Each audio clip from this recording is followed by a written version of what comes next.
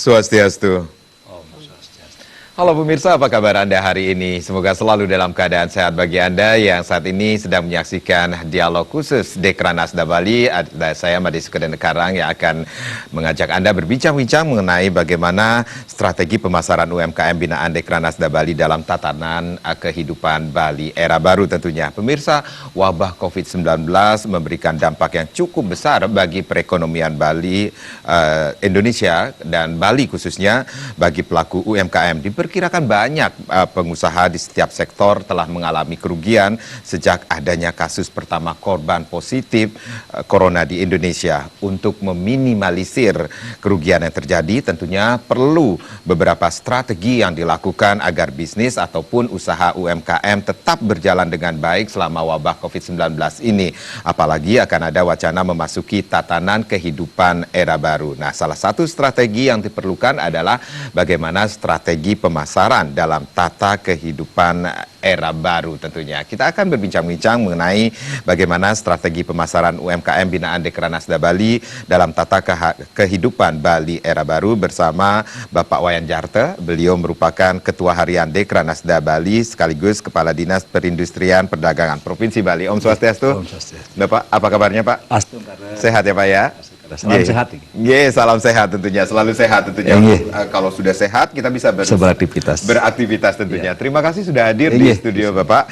Dan yang pastinya hari ini pun kita sudah kehadiran seorang atau pemilik dari PT Bali Unggul Sejahtera atau Bali Mall, sekaligus beliau merupakan seorang akademisi, dosen kewirausahaan Universitas Udayana, Dr. Insinyur Niwayan Sri Aryani MM. Ibu Sri, Om Swastiastu. Swastiastu. Apa kabarnya Ibu? Baik. Sehat ya Bu ya? Sehat, Mas Tengkar. Terima kasih sudah hadir juga di studio pada hari ini. Ini tepat sekali nih, kita akan berbicara bagaimana strategi pemasaran di masa pandemi dan akan memasuki tatanan kehidupan Bali era baru. Banyak yang mengatakan wacana, banyak yang mengatakan demikian Pak Kadis ya. Pak Kadis, kalau kita berbicara tentang bagaimana sih sebenarnya peran Disperindak Provinsi Bali Niki sendiri atau selaku Ketua Harian Dekranasda Bali Niki sendiri terhadap perkembangan UMKM di Bali ini sendiri, ada data yang dimiliki dari Dekranasda Bali Niki sendiri berapa pelaku UMKM yang tergabung atau menjadi binaan dari Dekranasda Bali Niki sendiri, Pak?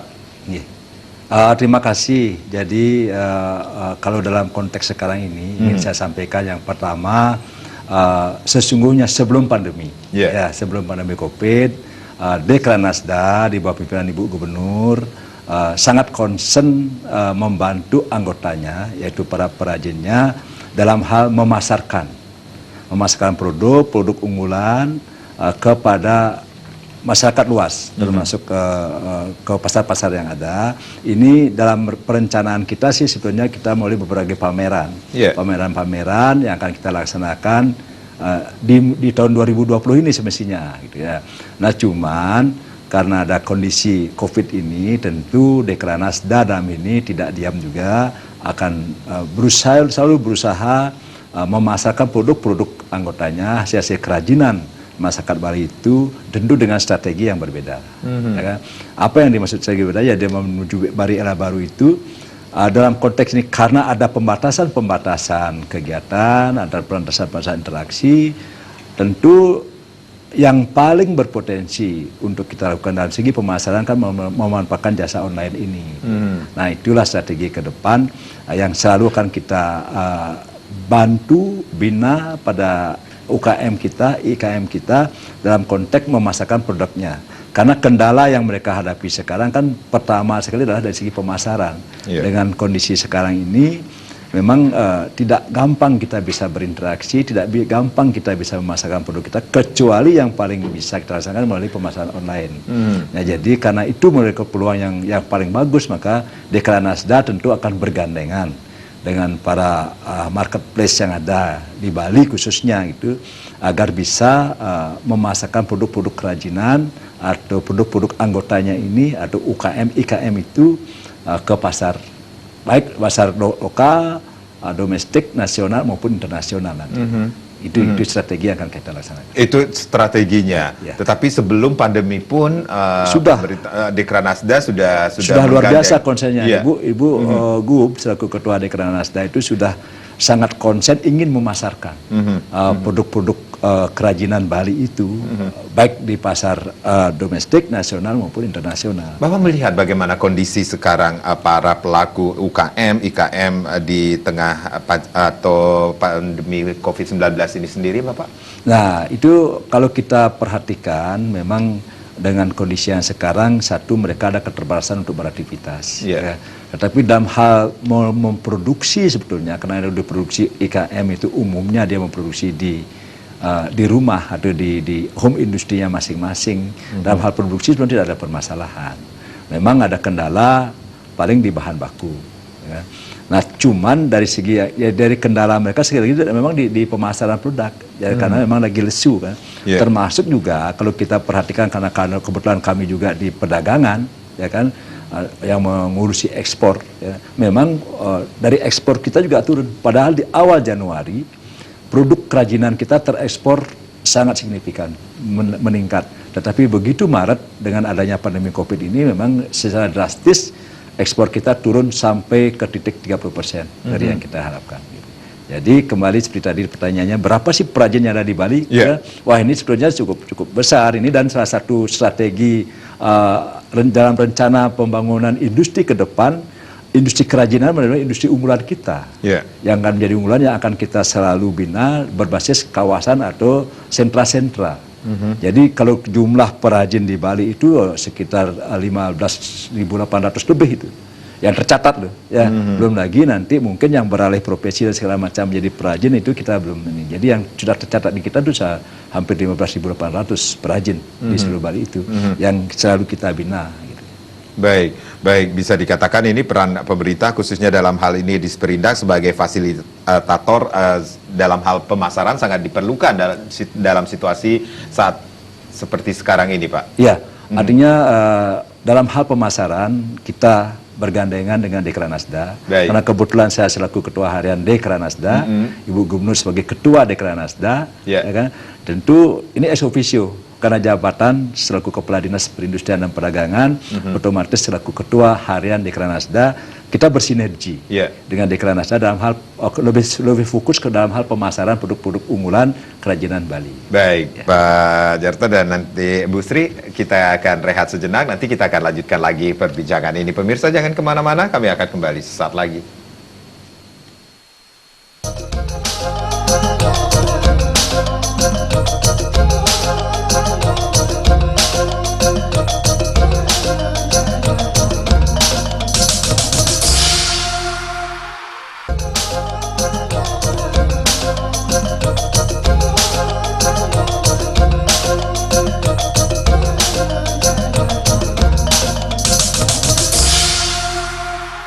Ya, terima kasih Anda yang baru saja bergabung bersama kami dalam dialog bersama Dekranasda Provinsi Bali. Bagaimana strategi pemasaran UMKM binaan Dekranasda Bali dalam tata kehidupan Bali era baru menjadi topik kita pada hari ini. Saya ke Bu Sri dulu. Bu Sri, kalau tadi Pak Jarto sudah mengatakan, Pak Jarto sudah mengatakan ini ada sinergi dari Dekranasda, kemudian stakeholder yang terkait juga sendiri. Nah, Ibu, ada strategi apa yang harus dilakukan untuk membantu para pengusaha IKM dan UKM yang terdampak COVID-19 ini sendiri, Bu? Menurut Ibu? Baik, gini Dekarang, kita harus tahu dulu permasalahannya. Nah, permasalahan itu saya bagi menjadi 3, yaitu dari sisi UKM-nya sendiri, dari sisi pembelinya, dan dari sisi perbankannya. Nah, dari sisi di dalam masa COVID ini, dari sisi penjualnya atau UKM-nya sendiri itu kan banyak ada isu work from home, terus social distancing, terus penjualan mereka juga turun drastis ya, karena semua dialihkan ke COVID kan gitu. Terus dari sisi pembelinya juga daya belinya kan sangat kurang karena kita semuanya juga mengutamakan kesehatan dulu kan. Nah itu ada layanan yang kurang bagus. Nah terus dari sisi perbankan, nah sekarang transaksi kan sebelum COVID banyak transaksi dijalankan adalah transaksi yang offline. Jadinya berinteraksi kita transaksinya, ketemu langsung. Yeah. Nah, karena sekarang ada COVID juga kan itu harus dikurangi. Jadi transaksinya itu dibawalah ke online. Nah, dari 3 komponen permasalahannya ini akhirnya ada satu sebenarnya aplikasi yang bisa membuat bagaimana mempertemukan dari ketiga masalah ini. Jadi ada satu solusi. Nah, solusinya itu apa? Nah, solusinya itu adalah bekerja sama atau kita berjualan, berbelanja, bertransaksi di suatu aplikasi yang namanya secara umum namanya e-marketplace. Nah, saya akan jelaskan dulu e-marketplace itu apa. Yeah. Ya, e-marketplace itu adalah dari namanya marketplace. Jadi tempat pasar itu pasar yang ada di dunia maya, bukan di dunia nyata kayak pasar Badung itu nggak ada di dunianya. Nah, pasar itu adalah tempat berkumpulnya atau bertransaksinya itu dari banyak penjual. Nah, dalam hal ini mungkin banyak UMKM yang bisa menjadi merchantnya di sana, dari banyak pembeli. Nah, pembeli-pembeli yang mau belanja online itu bisa di situ, dari berbagai bank juga, banyak bank yang bisa melakukan transaksi juga di situ.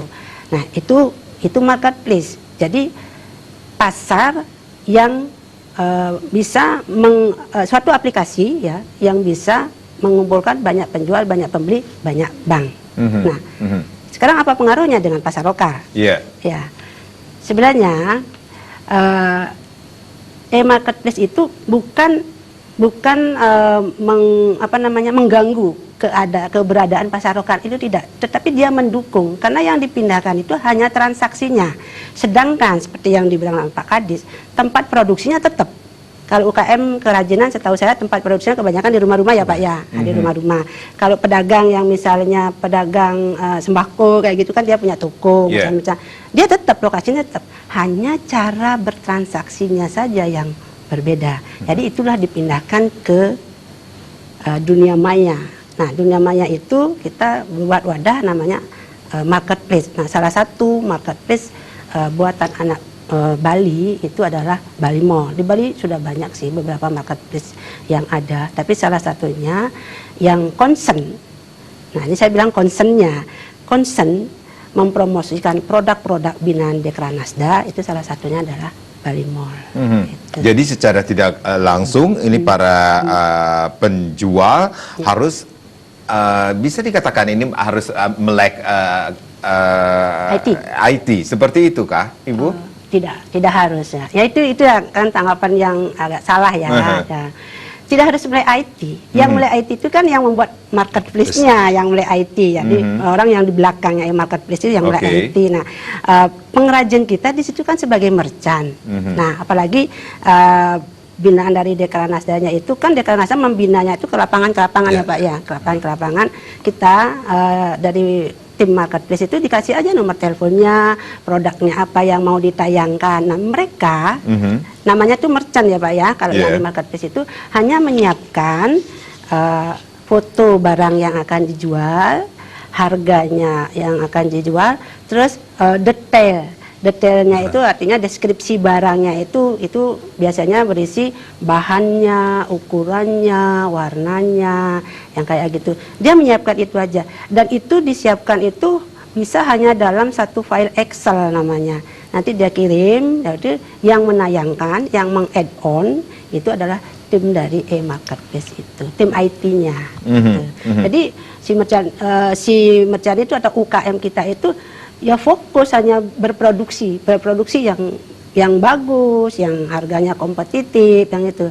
Nanti promosinya ada di marketplace. Jadi bisa dikatakan ini sendiri para pelaku UMKM ini harus mengubah haluan bisnis ke ranah digital. Seperti itu, ya, Ibu. Ya, karena gini ya, sesuai dengan yang setelah COVID ini ya. COVID ini kan merubah perilaku kita, atau bisa dibilanglah merubah budaya kita kan. Itu. Jadi di perekonomian itu juga kita berubah, yang dari transaksi offline dibawa ke transaksi online. Kenapa? Kalau kita tidak mau memulai dari sekarang, ini berdasarkan data tahun 2030 itu 85% semua transaksi itu akan beralih ke online. Nah, makanya harus berani memulai dari sekarang ini. Terus kedua juga yang menyebabkan kenapa sih saya berpikirnya harus membuat satu marketplace, Yeah. kan gitu. Nah, karena gini, sekarang ini kan orang itu yang namanya telepon ini sih kayak Sudah gadget ya. ya suami kedua kalau saya, misalnya kalau bapak mungkin istri pertama, sorry saya suami pertama.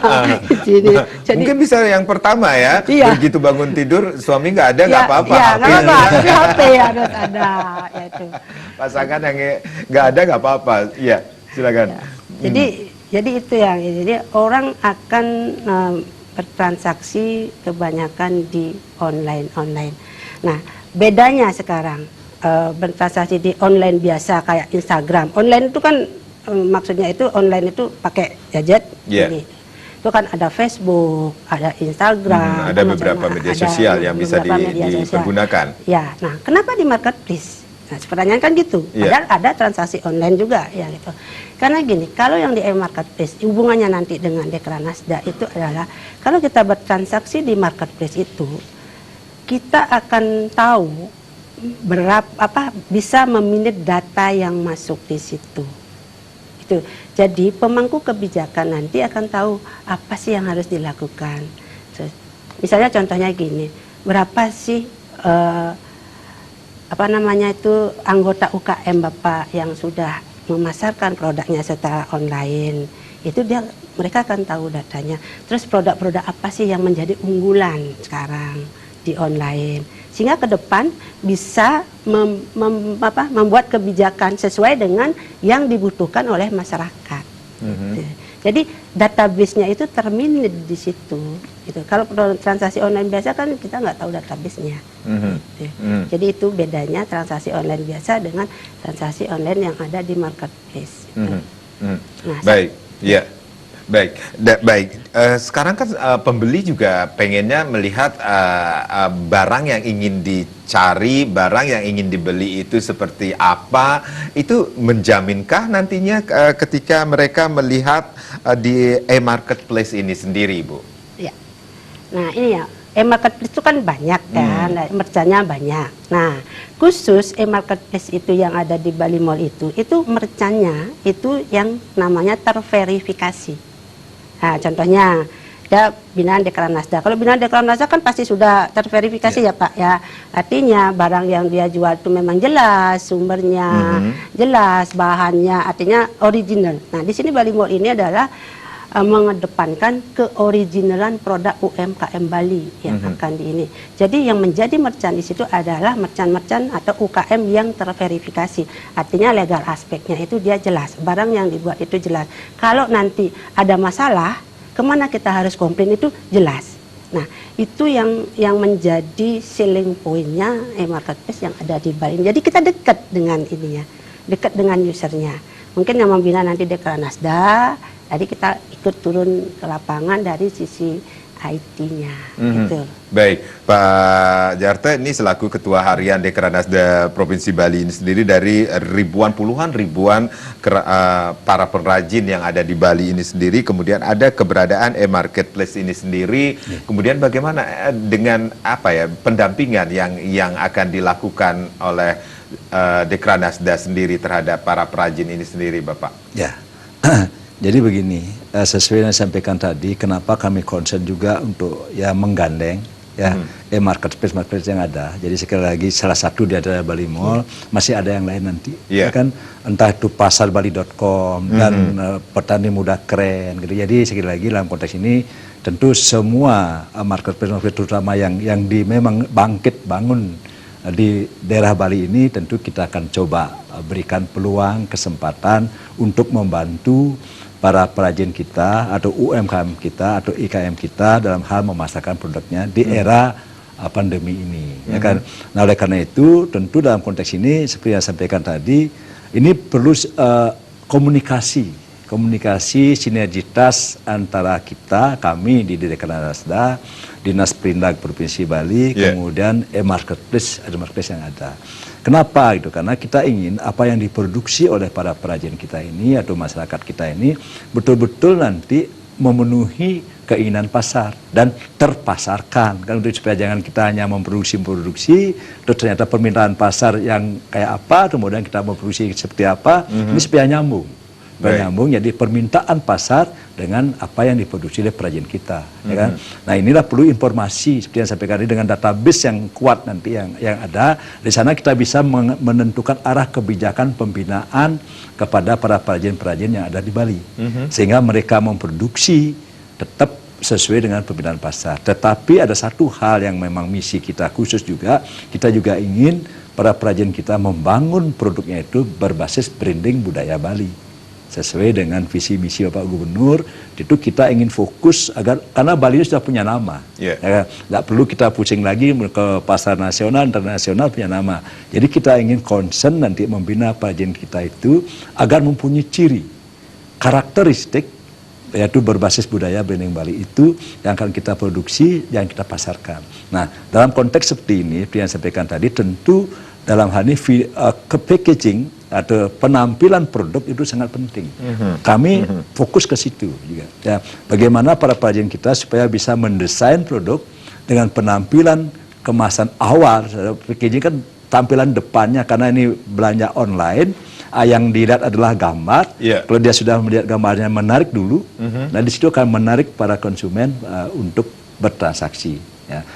Kadang-kala kita kan melihat isinya, kulitnya kita lupakan. Padahal semestinya packing, kemasan itu juga sangat penting. Nah, ini juga salah satu strategi yang harus kita akan depan kita akan berikan pada perajin supaya belajar. Jadi kami juga kebetulan punya UPTD kan, untuk membuat kemasan-kemasan itu, atau semacam rumah kemas di pasar itu ada, kami di provinsi juga ada.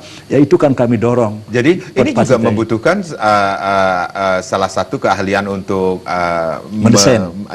Mendesain salah satu produk juga ini untuk ditampilkan nantinya. Baik Bapak dan Ibu Sri, nanti kita akan lanjutkan lagi. Pemirsa jangan kemana-mana, kami akan kembali sesaat lagi.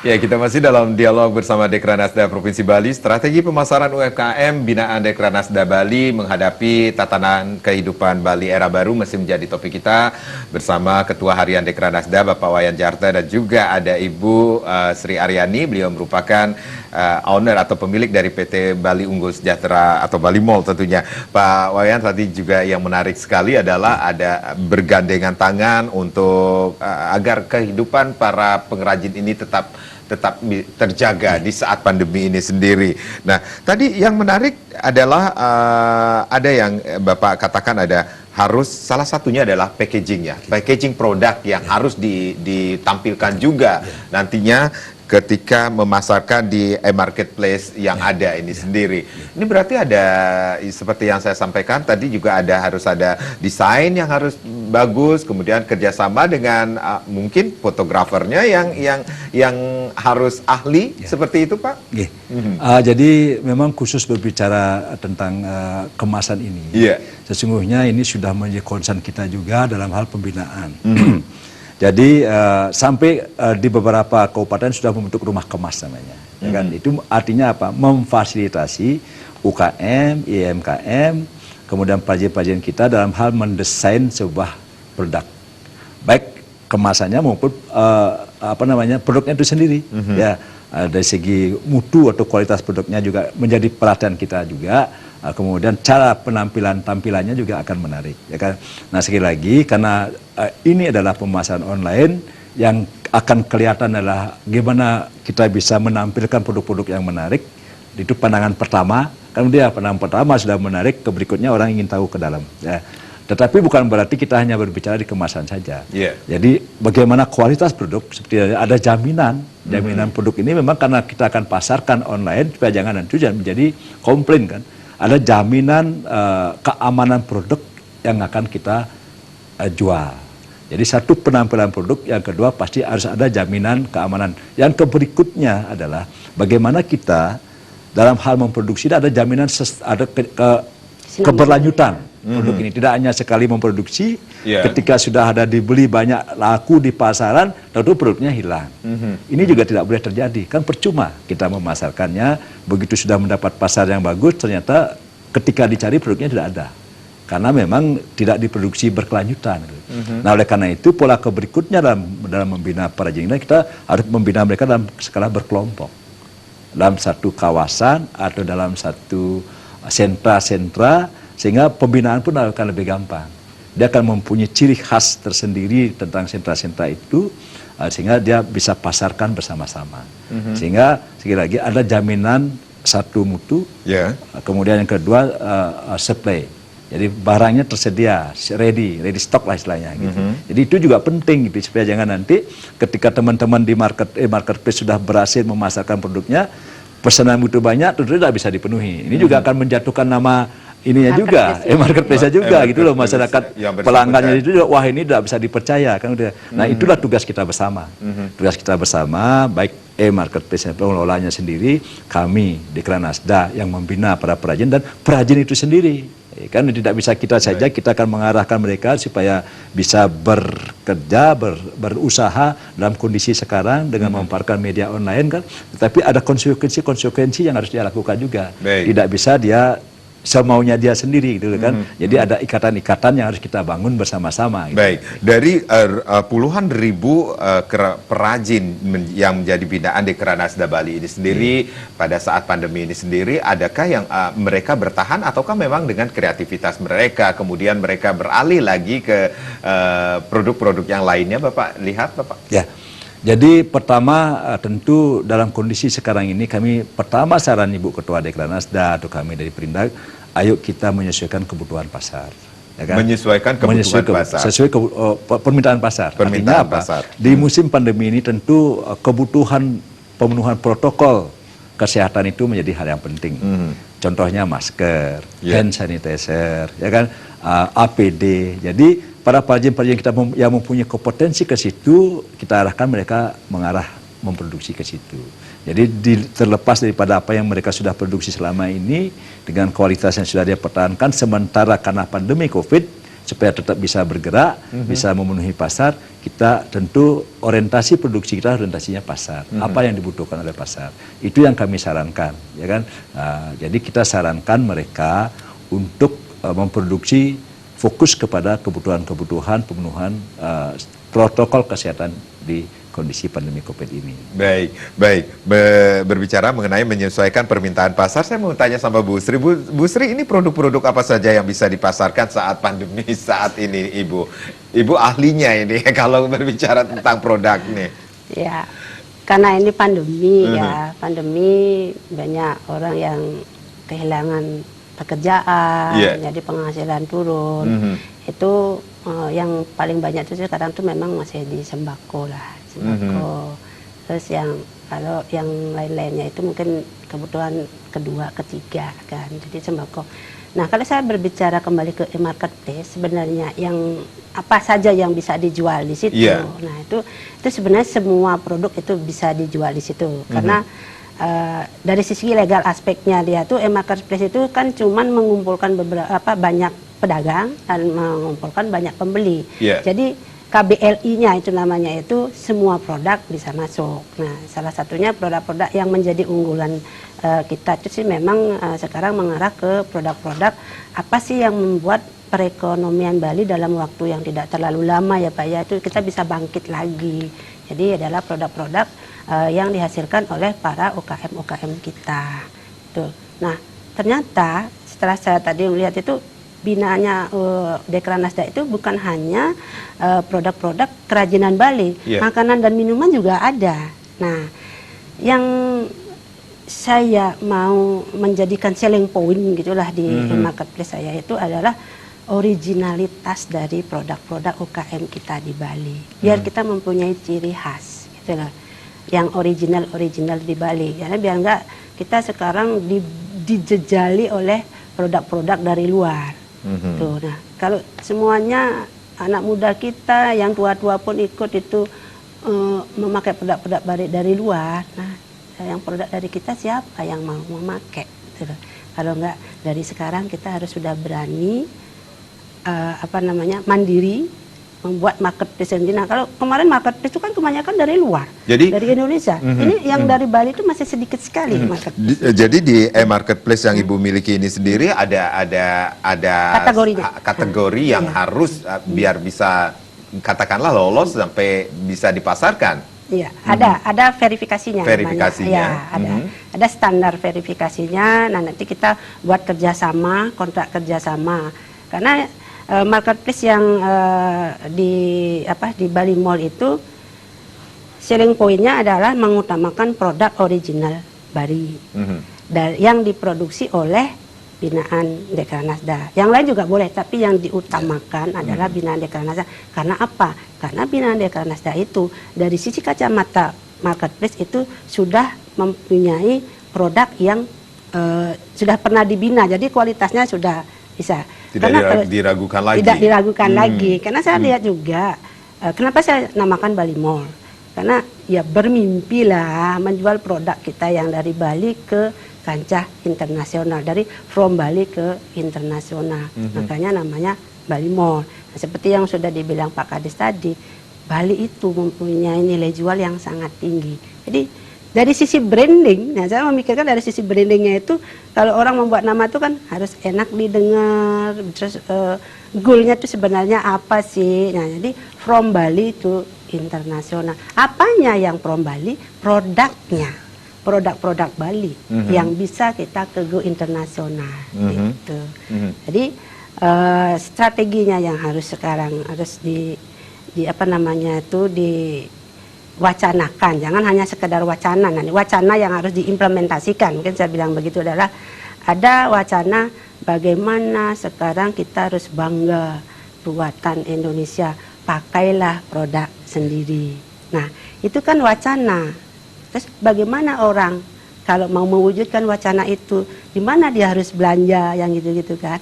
Nah, makanya buatlah e-marketplace. Kenapa e-marketplace? E-marketplace itu karena kita mau nyari apa aja di sana ada. Cuman modalnya internet, gadget ini. Apalagi seperti yang sudah dibilang ini, produk-produk dari UKM Bali itu, produknya kan sudah bagus-bagus, lumayan bagus. Kualitasnya juga sudah lumayan bagus. Cuman mungkin perlu dibina di packagingnya, kan. Nah, nanti yang akan memfoto itu, nah ini yang agak ini kan, produknya bapaknya punya, deklarasinya bagus. Yang nanti foto itu biarkan fotografer dari tim Bali Mall yang akan membantu meng-add-on kan. Gitu. Jadi dari e-marketplace yang ada seperti Bali Mall ini sendiri sudah memiliki timnya. Sudah. Yang akan mempromosikan hasil-hasil tersebut. Ya. Mungkin bisa bahasanya yang dibilang gini. Masyarakat Bali atau semeton kita di Bali itu silakan berproduksi, mau memproduksi apa saja. Salah satunya mungkin memproduksi kesenian, karena memang kita ini ya kerajinan tangan apa. Silakan berproduksi, biarkan kami yang memasarkannya, kami yang mempromosikannya dengan kondisi di lapangan seperti ini, misalnya promosi lewat IG, mau nanti promosi lewat iklan, lewat sosmed gitu. Kami yang memasarkan, kami akan bantu memasarkan. Dan satu lagi yang perlu diketahui. Iya, apa itu, Bu? Gratis. Jadi ini tidak. Jadi ini tidak dipungut bayaran. Bayaran untuk promosinya nggak perlu bayaran. Itulah dukungan kami terhadap pemerintah Bali ya, Dekranasda, dalam hal ini Dekranasda itu. Kami juga sudah dikasih beberapa alamat Dekranasda, kita ke lapangan Pak, kita udah ke lapangan juga bagaimana cara memfoto, saya ambil gambarnya foto kayak gitu. Baik, Mbak Kadis, ini bisa dikatakan ini kalau kita berbicara tentang berjualan, jangan hanya berjualan, tetapi ini yang juga dilakukan oleh Dekranasda menunjukkan dukungan terhadap para pelaku UKM ini sendiri di Bali khususnya. Ya. Begini, jadi seperti saya sampaikan tadi, keinginan kita Dekranasda kan ingin memasarkan produk-produk perajin kita. Oleh karena itu kita akan bergandeng dengan seluruh pelaku, termasuk marketplace yang ada, agar produk-produk perajin kita ini betul-betul mampu terpasarkan dengan harga yang wajar dan betul-betul memberikan kesejahteraan bagi para perajin. Ya. Nah, oleh karena itu seperti tadi disampaikan, agar ini bisa terbangun dengan baik, tentu memang kemampuan kompetensi perajin kita, dan dari sisi itunya perlu kita dampingi selalu, ya kan. kita dampingi selalu agar mereka bisa bekerja, mengerjakan, memproduksi produknya dengan sebaik-baiknya, ya kan? Nah, jadi dalam konteks ini ada beberapa hal yang kita lakukan, yaitu yang pertama tentu kita akan selalu turun ya ke pajen-pajen kita, ya kan, memberikan masukan, pemahaman, bergandengan dengan marketplace yang ada agar di sini terbangun kerjasama yang betul-betul apik nanti ya ketika kita akan memasarkan produk-produk itu. Ketika kita memasarkan dibutuhkan produk-produk yang berkualitas. Kan dia produk-produk yang berkualitas ini kami bersinergi atau Dekranasda bersinergi dengan Disperindak. Bagaimana kita membina para perajin kita supaya dia mampu menghasilkan produk-produk yang berkualitas. Berikutnya perlu juga kita ketahui bahwa ketika kita sudah membuat desain produk, ini kan sering dijiplak, ya, dijiplak oleh ya produsen-produsen yang lain kan. Apalagi kalau kita sudah pasarkan secara online kan, ini sudah begitu apiknya para perajin kita membuat desain-desain produk khususnya di kerajinan, ya, kadangkala dijiplak oleh pihak lain. Di sini juga kami Dekranasda bergandengan dengan Disperindak ya, untuk mendampingi para perajin kita agar apa produk-produk mereka bisa kita ajukan sebagai sebuah hak kekayaan intelektual mereka. Nah, itu menjadi hak mereka nanti perajin. Marketplace memasarkan kan, tapi ini tetap menjadi hak mereka, hak kekayaan mereka. Dan ketika ada orang lain nanti yang menduplikasi itu, tentu bisa kita komplain. Tapi kalau itu belum kita dampingi mereka, nanti takutnya nanti mereka sudah capek-capek membuat desain, membuat ramuan, membuat spesifikasi tertentu. Ujung-ujungnya ketika rame di pasaran mereka disalip oleh orang lain. Ini juga bagian daripada Dekranasda, upaya Dekranasda untuk mendampingi perajin kita supaya mereka tidak kecolongan di situnya. Baik, Bapak Wayan Darto dan Ibu Sri, kita rehat kembali pemirsa, jangan kemana-mana, kami akan kembali sesaat lagi.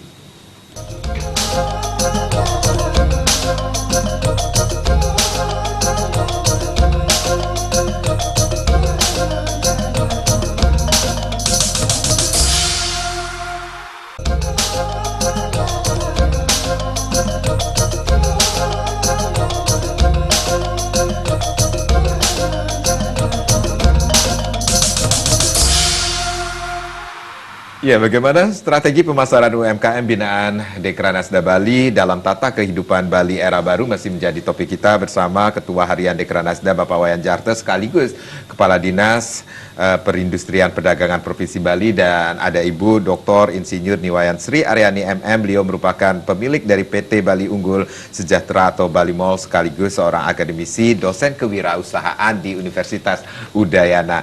Nah, Ibu, ada yang menarik sekali dari Bapak Wayan Jarto mengatakan bahwa ini ketika seseorang sudah memproduksi, menciptakan suatu hasil, kemudian memproduksi dan mendapat respon dari para pembeli ini sendiri, kemudian harus mendapatkan haki itu sendiri. Nah, ini susah nggak sih Bu untuk mendapatkan hak kekayaan intelektual ini sendiri bagi para perajin, khususnya bagi perajin Bali, agar tidak diciplak oleh orang lain? Iya.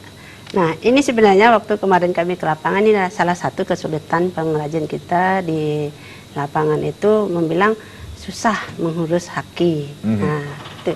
Sebenarnya gini, kalau mau mengurus haki itu, kalau dulu iya susah. 2 tahun belum tentu kita dapat. Responnya itu lambat sekali, karena dulu kan offline. Nah, kalau sekarang untuk mengurus hakinya itu sudah bisa online. Nah, di dalam mengurus haki itu sebenarnya ada 2. Dari segi biayanya kalau yang kita umum itu 1.800.000, tapi kalau UMKM Pak itu cuma 600.000 saja. Cuman syaratnya adalah memang dia UMKM ada surat keterangan dari dinas, dari koperasi, dan dari desa itu kepala lingkungannya itu sendiri.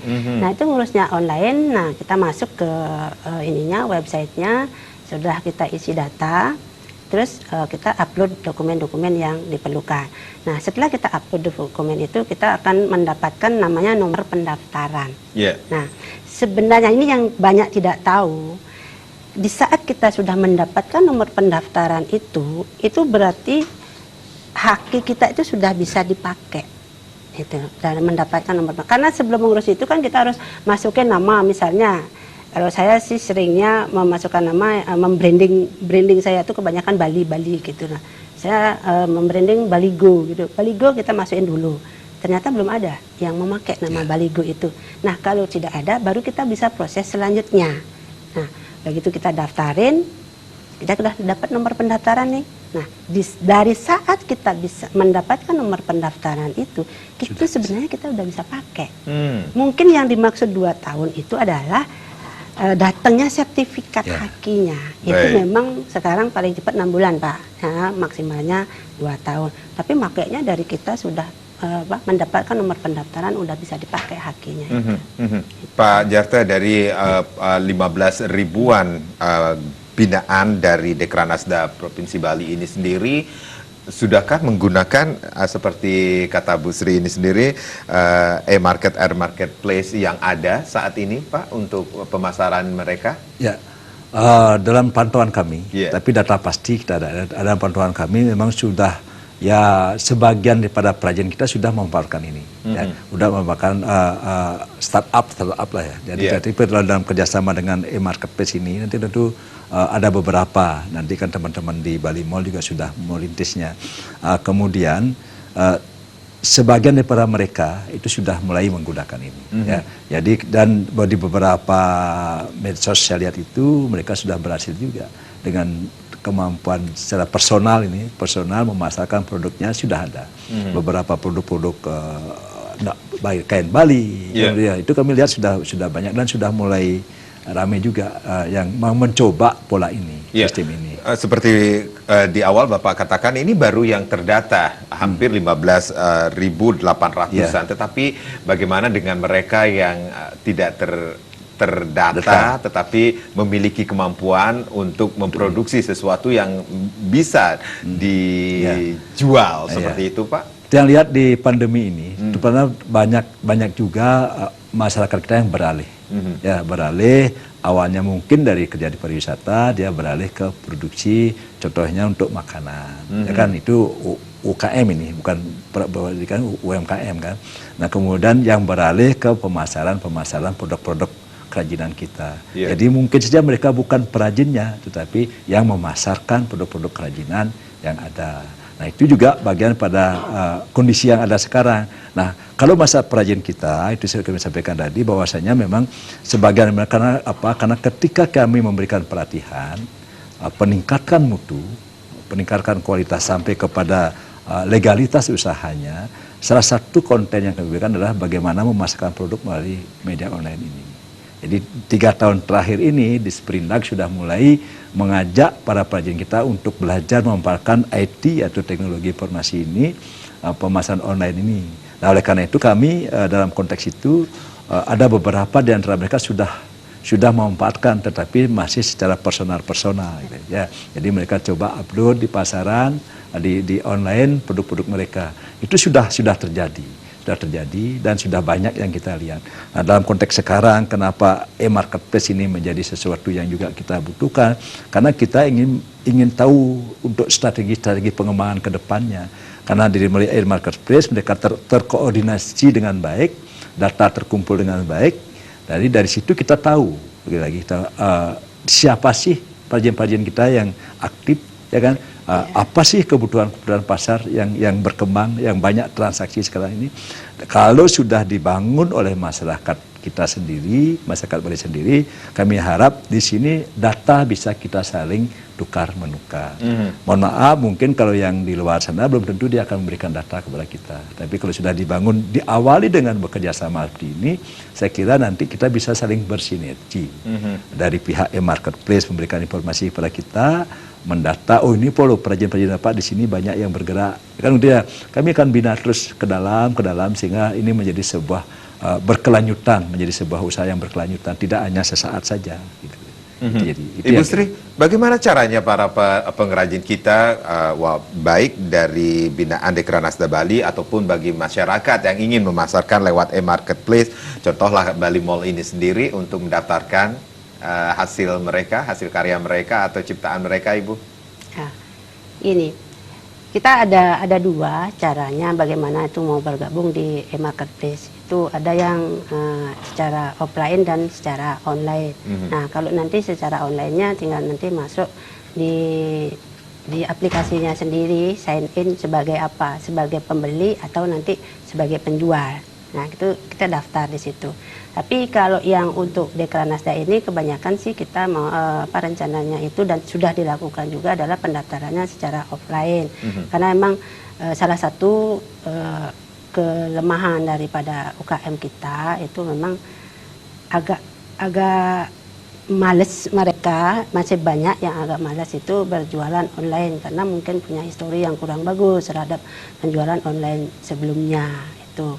Jadi kita yang aktif dapat data dari Dekranasdanya, terus kita pilih dulu yang diutamakan lah, itu adalah yang mempunyai produk-produk yang bagus Pak, karena itu kan akan menjadi selling point-nya untuk kita buka pertama. Kalau yang muncul baru pertama produknya yang udah kurang bagus kan nanti akan mempengaruhi strategi yang berikutnya. Nanti yang bagus-bagus kita pilih, kita datangin dan itu kita adakan suatu kerjasama itu kita buat PKS lah, perjanjian kerjasama yang di situ tertuang adalah bagaimana nanti kalau ada komplain kayak itu siapa yang harus komplain, karena kan marketplace ini cuma sebagai jembatan aja kan yang untuk mempromosikan. Yang punya produk yang nanti terima uangnya itu kan kembali ke UKM sendiri, sehingga disitulah kita harus ada beberapa pasar. Nanti kalau barang terutama yang menghadapi komplain yang gini, yang dipamer yang dipajang itu barangnya A kualitasnya, tapi nanti jika ada yang beli dia kirim kualitasnya yang B. Nah itu kita sudah pikirkan itu jangan sampai ada yang seperti itu, karena kalau ada yang seperti itu adalah yang mematikan nama marketplace-nya sendiri, gitu. Kalau yang merchant-nya kan kurang dikenal kan Pak ya, yang mati namanya itu adalah marketplace-nya sendiri. Sehingga di marketplace saya itu ada namanya adalah merchant verified. Kalau udah merchant verified, berarti dia sudah menandatangani PKS, udah kalau ada masalah udah pasti ada yang bertanggung jawab, yang dijual produknya juga jelas. Baik. Ada wacana tata kehidupan Bali era baru ini sendiri Ibu untuk Indonesia, khususnya juga di Bali ini sendiri. Nah, ini ada tips-tips bisnis UMKM di Go Digital ini yang harus diperhatikan oleh mereka, Bu. Ya. Justru dengan adanya COVID ini, ya kalau saya lihat dari data Kementerian kemarin, itu pembelanjaan atau transaksi di online itu naik 30%. Ya, karena kan memang banyak orang nggak bisa keluar kan ini. Nah, ya, maka sangat tepat sekali lah apa yang sudah dilakukan oleh salah satunya Dekranasda. Itu memang harus mulai kita go online sekarang. Mari kita sekarang kalau punya produk pasarkan lewat online, kalau mau berbelanjalah lewat online. Kita berkumpulnya di online. Nanti barang sudah datang ke rumah masing-masing gitu ya. Jadi marketplace itu adalah sebagai media mengumpulkan antara penjual dan pembeli dan perbankan. Datanya terminitlah di sana. Gitu. Jadi manajemen datanya ada. Nah, satu lagi nih Pak Karang, yang bedanya marketplace yang lain dengan Bali Mall ini adalah kita juga sudah memikirkan bagaimana membantu nanti UKM kita dari sisi manajemennya. Karena dari beberapa saya ke lapangan itu memang mereka kurang manajemennya kurang. Nah, saya juga sudah dalam pembuatan juga aplikasi bagaimana nanti membantu manajemen di masing-masing UKM itu sendiri. Nah, kalau nanti sudah bergabung di marketplace dan manajemennya, artinya pembukuannya lah istilahnya, pembukuannya di merchant itu juga bisa kita bantu. Itu ke depan itu hubungannya itu nanti banyak. Kalau mereka, para UKM kita itu mau pinjam uang misalnya ke bank, sudah punya pembukuan yang bagus. Baik. Ya, itu kan berarti bisa dipakai dukungan sangat luar biasa sekali. Kita berandai-andai dulu Ibu, kalau pasar online ini jalan, ini bagaimana dengan pasar tradisional ini sendiri Ibu? Nah, ini ya, jangan salah kaprah ya. Nah, pasar online ini tidak akan mengganggu. Justru dia sebagai pendukung, karena bukan memindahkan pasarnya seperti yang saya bilang tadi, tetapi memindahkan cara transaksinya saja. Kalau kemarin kita bertransaksinya itu langsung ketemu ke pasar. Nah, sekarang kita bertransaksi lewat online. Tapi siapa yang kita beliin? Diajak bertransaksi ya tetap orang-orang itu. Gitu. Jadi yang di sini jangan salah kaprahnya ini adalah pasar online tidak mengganggu pasar tradisional, tapi dia mendukung keberlangsungan pasar tradisional lewat transaksi online. Baik, Bapak Wayan Jarto selaku Ketua Harian Dekranasda, agar bisnis UMKM tetap berjalan dengan baik menuju tatanan kehidupan era baru ini sendiri, ada yang ingin disampaikan kepada mereka? Ya, jadi ada dua hal yang ingin kami sampaikan. Yang pertama, sebelum masuk ke situ mengenai karena kami kebetulan juga di bidang perdagangan kan, bagaimana pasar tradisional, kami ingin sampaikan juga bahwa sesungguhnya pasar tradisional pun memanfaatkan transaksi online ini. Jadi para pedagang-pedagang yang ada di pasar tradisional itu atau pasar rakyat itu, jadi dia ketika dia bertransaksi dengan langganannya, dia juga bisa pertama dia lihat dulu contoh apa yang langganan namanya kan, udah dia tahu barang-barangnya, nanti dia bertransaksi dengan cara online. Dia salah satu contoh inovasi kita yang ya sudah dapat ya diakui nasional kan, dia di pasar tradisional kan begitu. Karena kelebihannya dia memanfaatkan istilahnya semeton itu.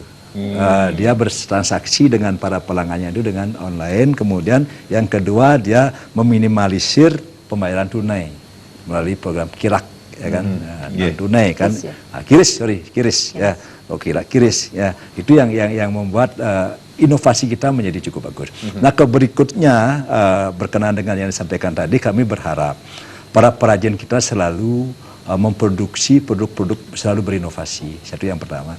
Yang kedua, tentu membuat produk berpenampilan yang menarik. Yang ketiga, tentu jaga kualitas. Ya kan?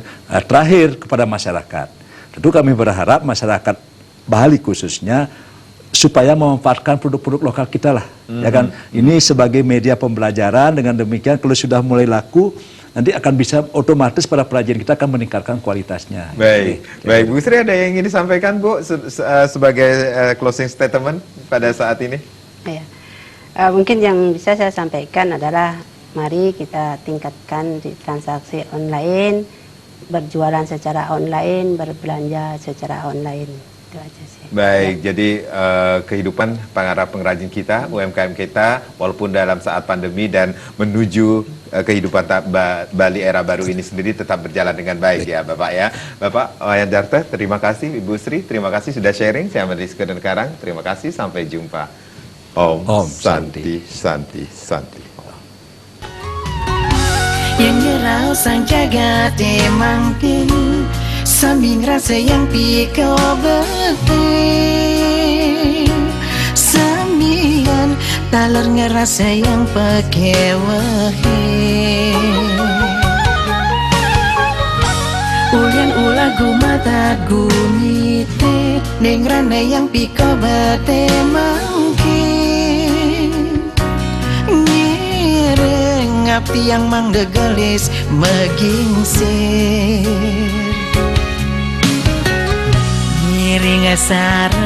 ngasami ngeregepang penggerak sejiwa.